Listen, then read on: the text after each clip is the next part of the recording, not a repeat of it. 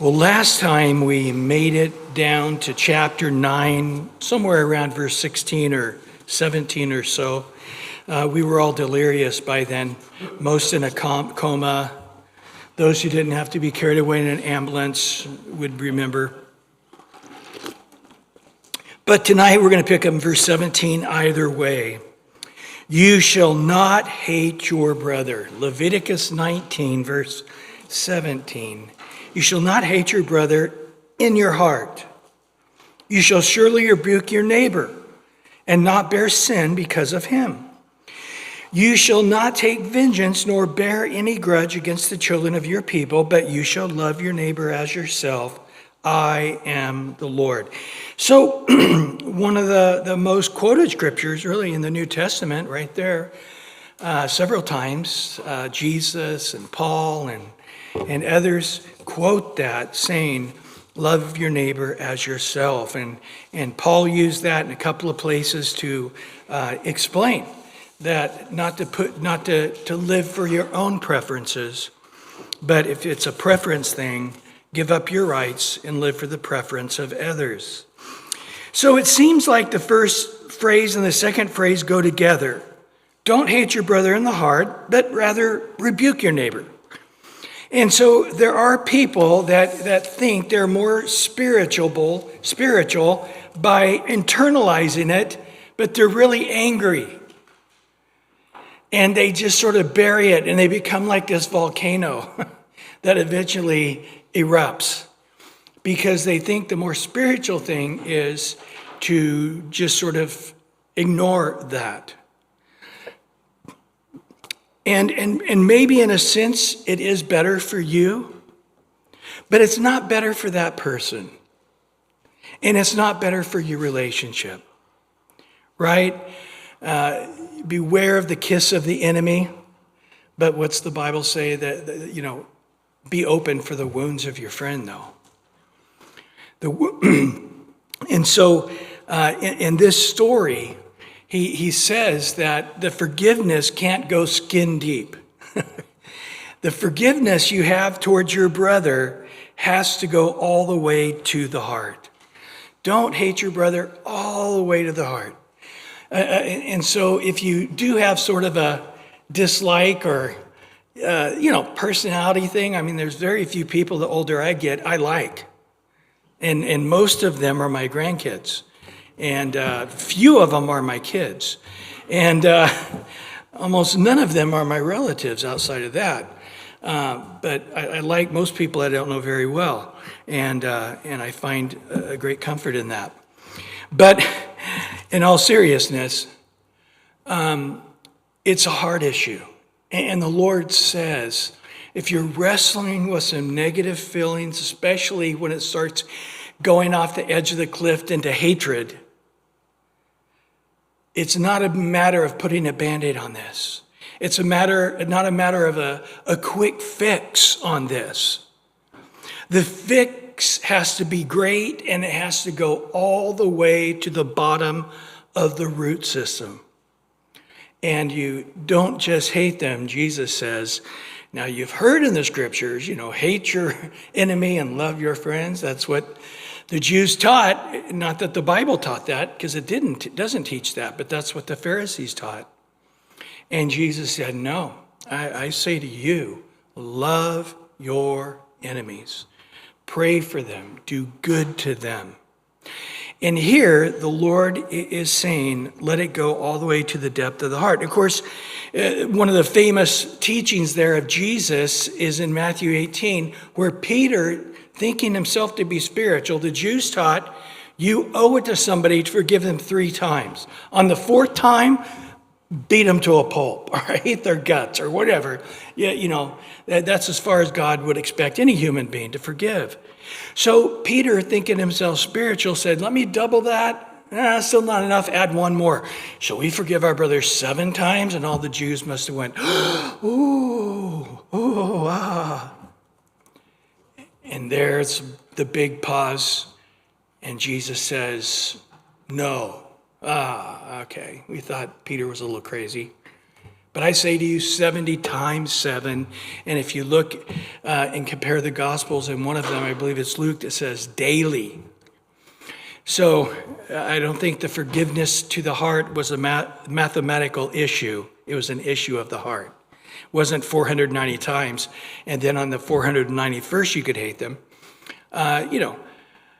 It's if you're counting that high, there's something wrong with you to begin with. And so he tells the story about a guy who owns another guy $1 billion, basically, that 10 lifetimes he can never pay it off. But the guy keeps promising he'll pay it off, and the guy keeps extending him credit and grace. Until finally one day the guy's just saying, please, just help me, forgive me. And the guy says, I erase all your debt. Now that guy gets up and finds a guy that owes him $1.50 and starts beating up the guy, shaking the guy, saying, give me my $1.50. And when he won't, he turns him over to the jailer who's going to jail him. This is what they did in those times. It never made sense to me. But he was going to keep him in jail till he paid the $1.50 back. And the servants that saw both scenarios went back and told the original master, or the original guy who forgave that guy $1 billion. And he calls that guy back in and he said, how, after forgiving you so much, could you not forgive so little? And he said, you know what? I'm not only reinstating the money you owe me it again, but on top of that, I'm turning you over to the torturers. And then he says this, and so shall my Father do to you, unless you forgive your brother. And then he adds these words, from the heart. In other words, when Jesus taught us to pray, he added that little footnote. Father, forgive me my sins. Footnote. Now, if you're unwilling to forgive somebody who's sinned against you, and now you're turning around and asking God to forgive you, no, not going to work. You've got to first be willing to forgive your brother who you can see. John goes into this in great deal in 1 John.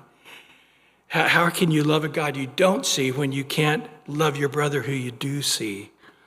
And if you can't forgive him, then neither will God forgive you. Now, I don't think that's an actual theological statement, neither will God forgive you. But I do think it is God trying to emphasize the depths of whatever man did to you. It is nothing in comparison to what you have done to God.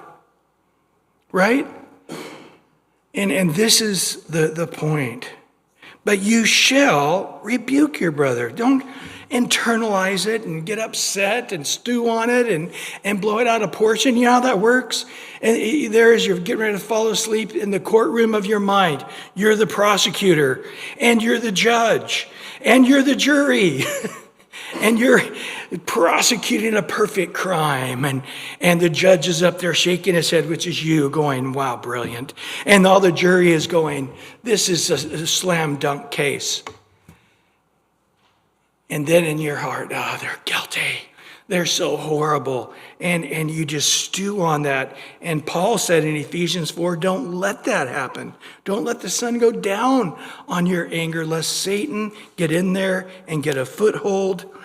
And he allows that little tiny speck in your brother's eye to cause you to have a log in your own eye and cause you to go down a very dangerous road of bitterness. You know, what do they say that bitterness is? It's where you pour your enemy a cup of poison and then you drink it. That's what bitterness is. Because it's killing you. And there are times where the other person has no idea. I said what? I did what? It offended you? How?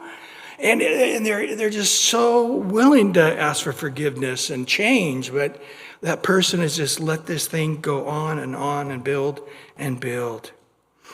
Well, in Proverbs 27:6, faithful are the wounds of a friend, but the kisses of an enemy, enemy are deceitful.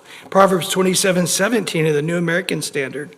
As iron sharpens iron, so one person sharpens another. And what happens when you sharpen iron? Things heat up and sparks fly. But it's after the fact, when things cool back down, after that heated, sparky argument, that things are sharper.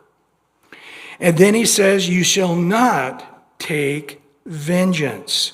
So as you've been stirring this in the corners of your mind, in the recess of your mind, and you have found this person guilty to the high crimes and misdemeanors, and he deserves the death penalty or to lose an eye or be beat up or whatever happens in your brain, you can't act on it. See, this is the big problem today. People think, and this is the whole generation, and I didn't see it coming, but whatever I think in my brain is legitimate. Okay? And I'm sorry, it's just not that way. I suppose there have been people throughout history that have thought about having sex with another same-sex person or an animal or their own mom or whatever. I'm sure there's all kinds of weird, perverted thoughts that have been in the hearts of men throughout history. But nobody ever considered acting on them. And in most cultures, such things were a crime and a severe crime. And of course, today, if I think I'm a girl, then I'm a girl. And I'll just go right into the girls' bathroom. This is insanity. Well, I'll tell you what, there's a big difference between being angry at somebody and then acting on that anger.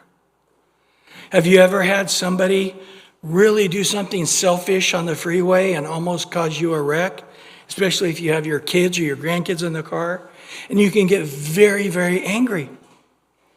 Or it's amazing. If somebody flips you off, they just lift a finger. Now, if you lifted that same finger in Europe, they wouldn't even know what it means. It's two fingers backwards. That's the flipping somebody off signal. Other countries, it doesn't mean anything. It's actually you take off your foot, you take off your shoe, and you show them the bottom of your foot. So it really is sort of how you're conditioned to see what it means, but it's amazing how it inflames. I mean, you go from being calm to, I'm going to take my car and crash it and destroy, even though I can't afford it. And I'm going to destroy your car and put your life in jeopardy and everybody in your car, put my life in jeopardy and everybody in my car. It's amazing. And of course, people with guns shoot and kill kids accidentally in the midst of these rages. So he's making it clear here, it doesn't matter what's going on. You're angry, you're bitter, the guy said something to you, you didn't like it, you cannot act upon it. And by the way, Paul, speaking from the scripture, said, the Bible's clear, do not take vengeance if somebody deserves it. Rather give place to wrath, for it is written, vengeance is mine, I will repay, says the Lord. I was watching a Law and Order, an old one, the other day, and it opened up where they're watching somebody put to death who was a murderer. Pretty horrible guy. And then it was how they all are dealing with seeing this guy being put to death. But in several shows, and I've heard this to be true, the family there said, he got off too easy. It just wasn't satisfying. Had they chopped his head off or hung him or even tortured him for a few hours, they still would have felt the pain he has gone through is not sufficient for the pain he has put me and the whole family through. Right? And this is where, again, it rarely is something just or righteous ever satisfied on this earth. Whether it's our own righteousness, I want to be more righteous than I am. I've never been a part of a church that's going to be like the church in heaven, no matter how wonderful the church is. There's always a longing for intimacy that we don't get from anybody to the degree we want it, to the amount we want it, when we want it, how we want it. There's a lacking. And so in the same side, on the flip side of the coin, your anger or your righteous justice that you desire will only be brought from God. Man cannot do it. They'll try. They need to do it. We're going to talk about capital punishment here in a minute. And then he says, do not bear a grudge. And this is why the Bible is unique. Every religion has a golden rule, so to speak, but all of them are in the negative. Don't hurt others so they don't hurt you. Don't badmouth others so they don't badmouth you. Only in the Judeo-Christian ethic does the Bible say to go on the offense. Do. The Bible says if your enemy's hungry, go feed him. You see that somebody that hates your guts, you do the offensive thing. I know he's hungry. I know his family's hungry. And he's probably suffering because he's such an evil man, and that's why I hate him. But it doesn't matter. I'm not judging him. Vengeance is God's, not mine. And I'm going to go feed him. I'm going to do good to him. I'm going to bless him. If he's thirsty, give him to drink. Don't be overcome by evil. Overcome evil with good. So the reality is this, guys. If we are taken down in some horrible sin, it will probably start with your heart getting angry, turning into bitterness towards somebody else. That's just the reality. In AA, that's the first thing they teach. If you get bitter at somebody, that's the really slick slide to go back onto drugs or alcohol or whatever. Paul says, be angry. It's not a sin to be angry. As a matter of fact, it's a sin sometimes not to be angry. If somebody got raped or a child got kidnapped and you're not angry, there's something wrong with you. You should be angry. But don't sin. Do not let the sun go down on the wrath, and don't take vengeance yourself. Now, I will say, if you're a civil servant, then you have to have a punishment fitting the crime, and it has to be done speedily. If you do not punish crime, you will destroy the society. So if a society all of a sudden says rape is not a crime, the society will stop existing within a generation. If they say stealing is not a crime, which they're almost doing here in California, Newsom did everything he could to stop it, but what was it, 78% of California voted to punish crime. Wow. What a breakthrough we had. If you still under $950 now, you could go to jail. Yeah. Insanity. We have been run by the St. Asylum, and he's a good-looking guy, and his wife's very pretty, and he's a very smooth talker, but the guy is demon-possessed. That's on the good side of things, or he is Satan himself. But that guy, Newsom, is one evil person doing evil things, destroying a state with every type of wickedness and perversity one could do. And that's just my opinion. And it's all your opinion. Or you won't be here next week. But you shall love your neighbor as yourself. After talking about Newsom. But we still have to, turn the tables on whatever it is. And for us, we are to pray for those in authority. So do good to them, bless them, pray for them, do good to them in whatever way you can. And of course, Jesus teaches the story about the Good Samaritan. Because remember, the Pharisee asked him, well, who's my neighbor? I'm not going to do this good stuff to just anybody, but just a very select few. Now, I count my neighbor as only my neighbor on the right, or on those on my block, or, who do you count as the neighbor? And then, of course, Jesus tells the Good Samaritan story, and we all know that, right? And so you have all these religious people going by this guy beat up who's a Jew, because if they go near the guy who's injured and he dies, Guess what? It made their 100-mile trip vain because it makes them unclean. As a Levite, as a priest, they become unclean, and now they go to Jerusalem, they can't participate because they would be unclean. So instead, they try to act like the guy who just got beat up and wounded isn't there and walks on by. But then a very wealthy Samaritan comes by.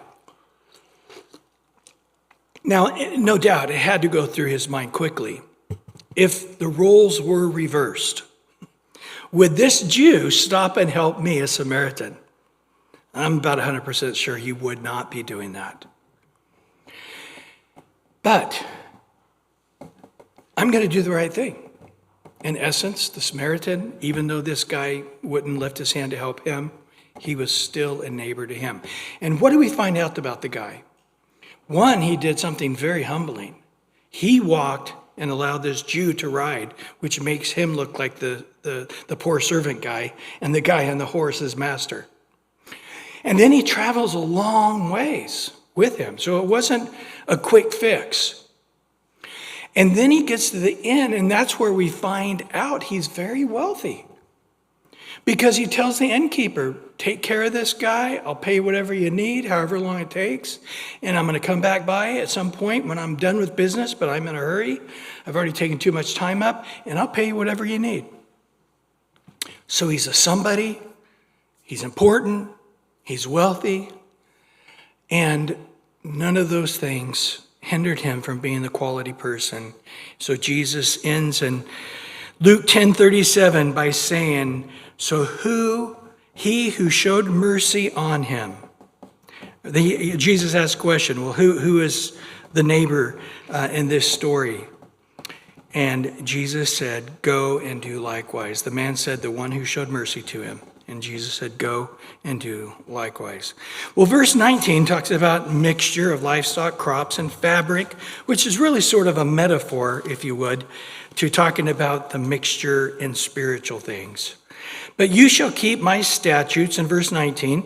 You shall not let your livestock breed with another kind. You shall not sow your field with mixed seed, nor shall a garment of mixed linen and wool come upon you.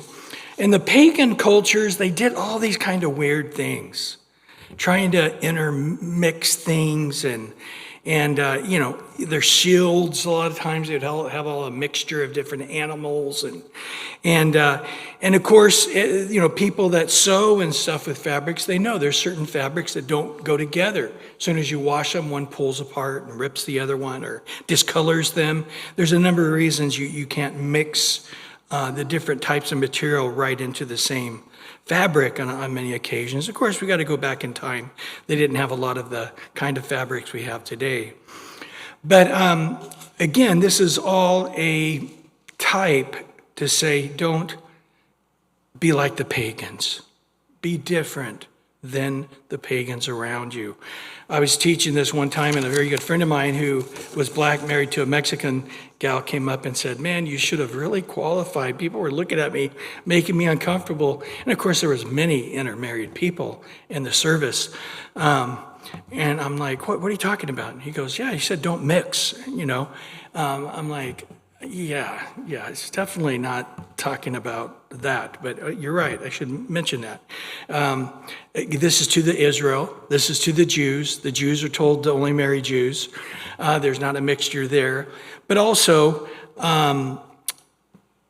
this is everything we go through in this chapter, he's saying, don't be like the pagans, don't be like the idolaters, don't be like the wicked people experimenting, doing weird, bizarre things. Don't be that way. Be different than the pagans around you. Well, verse 20 to 22 is the treatment of an engaged slave woman. Interesting. Whoever lies carnally with a woman who is betrothed to a man as a concubine, who has not at all been redeemed nor given her freedom, because she's a slave girl, for this there shall be scourging. But they shall not be put to death because she was not free. And he shall bring his trespass offering to the Lord to the door of the tabernacle of meeting, a ram as a trespass offering, as a sin offering. Remember the difference between a sin offering and a trespass offering? A trespass offering typically had some kind of restitution with it. So there's some restitution that has to be made here. The priest shall make atonement for him with the ram of the trespass offering before the Lord for his sin which he has committed, and the sin which he has committed shall be forgiven him. Now, we're going to see more on this type of thing, okay? And it's interesting, in other similar types of things, the guy has to marry the girl. But here it didn't mention that, but I think we will see that mentioned at a later date in different scripture. But here, she was basically purchased, and it was in the works for the slave girl to get a bump up in society to become a concubine, not a wife, but a concubine of another guy. Now, in this society of the pagan world, slaves had less rights than a good cow, okay? They were like a piece of wood. They were not a person with any rights. And the fact that you were a slave, it's sort of like a blind person or some kind of deformed person, God smiting you, and this is the order that God has ordained, that you are here for whatever I want. And so to have sex with a slave girl in the pagan culture was no big deal. But again, what we're going to discover in the law is God is doing a lot of things out of concession, not out of his will. We're going to discuss that at one point. But he can only bend the branch so far without it breaking. And if he bends these guys too far, they'll just say, I'm not a Jew anymore, I'm out of here. I'm going to take me and my 1,000 relatives, and we're going to go do our own thing over here. And so we're going to find things like this. But to be honest with you, this passage was a huge step up from all other cultures because the woman was recognized as being wronged. And the guy is clearly pointed out to have sinned. And in order for him to be right with God, he has to give a sin offering.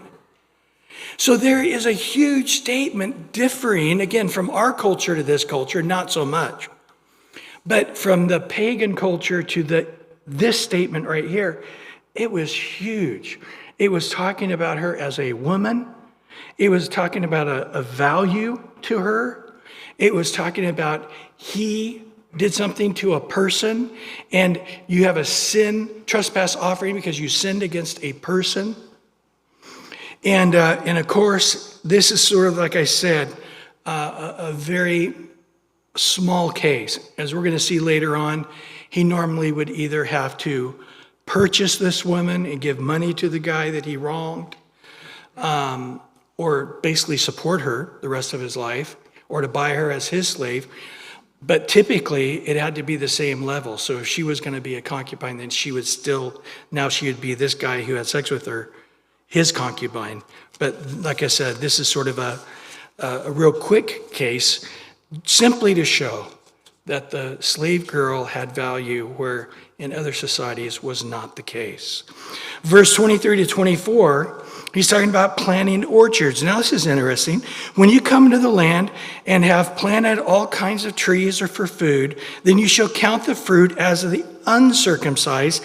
I guess they didn't have a word to say not ready to be picked.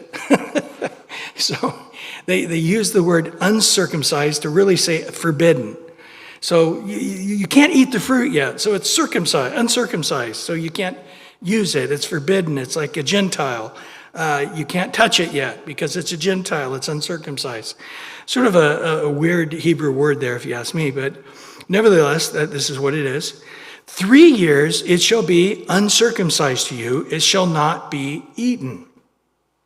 Then on the 4th year All its fruit shall be holy. Praise to God. But again, you can't eat it because the whole 4th year is like a tithe and an offering to God. But then in the 5th year, you may eat its fruit. It may yield to you its increase. I am the Lord your God. So again, in a lot of societies, and I've seen this close up, they literally destroy every tree in its first year because people are poor and they'll jump over the fence or they'll lower one of their little kids over and whatever little bit of fruit is there, they'll rip it and rip the plant and tear it up and it doesn't even have a chance to really grow. So he is saying here that the tree needs to be left alone. And so you're not going to use the tree for the first couple of years or the first 3 years. But then the 4th year, you're to pick the fruit, but you're not to eat it. It's all sacred. It goes to God as an offering. And then on the 5th year, now you can partake of it. And then in verse 26 to 31 is about deviation, paganism, mediums, witchcraft. It says here in verse 26 to 31, you shall not eat anything with blood, and shall you practice deviation or soothsaying. So again, the blood issue was a big issue, as we know, but here it's tied into pagan worship. And, we do know that drinking blood and painting blood and dipping blood and a lot of blood was used in pagan worship. And it says in verse 27, you shall never shave around the sides of your beard, nor shall you disfigure the edges of your beard. So again, in paganism, they shaved their beard bizarrely and shaved up around the sides of their head. Have any of you guys seen any Viking movies? I think that's what they're talking about there. And in verse 28, you shall not make any cuttings in your flesh for the dead, nor tattoo any mark on you. I am the Lord. So cutting the flesh, boy, I know when I've dealt with junior high and high school kids and college kids who cut themselves, it seems often like it's not just a depression or a pain they're having emotionally, and they cut themselves to give themselves some relief. But it does seem almost, in the cases that I've dealt with, it does seem like almost a demonic oppression that's upon them. But yet, when they cut, that demonic pressure relieves when they cut themselves. Which, again, that's an interesting situation all of its own. But here he's saying they're cutting themselves in their pagan worship. They're getting tattoos as their pagan worship. Now, some people say, hey, there it is. The Bible says, thou shalt not get a tattoo, or you're a pagan. And I would say, no, you can't use this verse for that. Why? It says right there, you can't take a tattoo. Well, do you shave your beard? Do you ever cut the sides of your hair? Then, unless you're going to keep those first few verses about trimming the sides of your beard, you see the Jews, they have the curly locks that go way, way down. They just never trim them. That's what, again, so it doesn't apply because you try to apply one part of the law. Oh, here's one of the 613 laws. It gets weird if you don't keep the other 612. And then he goes on in the same context, in verse 29, do not prostitute your daughter. And this is, again, a very common thing. In the time of Paul, they would prostitute their daughters to the goddess Diana and raise money for her as a priestess. That was a very part even up in Paul's day in the Roman Empire. But don't prostitute your daughter, cause her to be a harlot, again, sort of ceremonially for a season or a year, on their 15th birthday, they give themselves as a prostitute for the summer or whatever it is. Don't partake of any of these pagan things, lest the land fall into harlotry and the land become full of wickedness.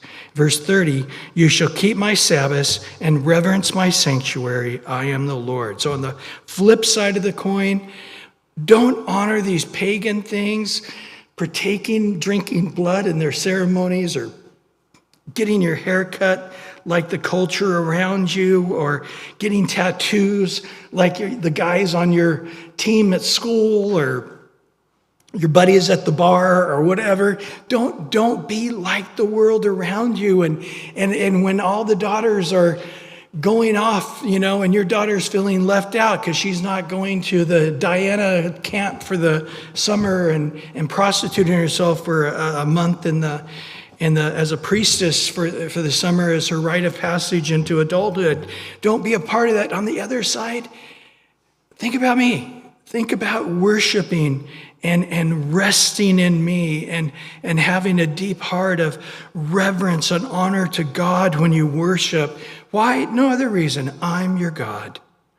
Give no regard, verse 31, to mediums and familiar spirits. Do not seek after them. Do not be defiled by them. Why? Because I'm the Lord your God.